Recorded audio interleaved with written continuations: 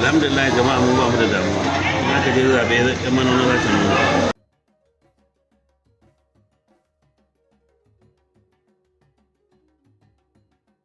Shi ya sanya ta yi mu ma za mu sake salo don ba zaɓen ya ci ba.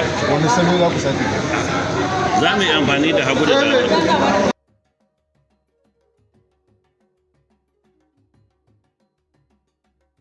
Da ka gani ran nan mun zauna mun yi taron mu duka mu biyar kuma mun nuna ma duniya ba wani wanda ya dauki wannan abin mutuwa kore zai yi kuma kowa ya san kowa ya kuma san abin da zai iya yi so muna ci gaba da tattaunawa har yanzu kuma da idan Allah za mu samu matsaya a inda ba a samu ba za a rungumi juna a ce ai zabe duk wanda Allah ya ba su yawa tare. Na fi da sanin ciwon karkara a wannan da wannan.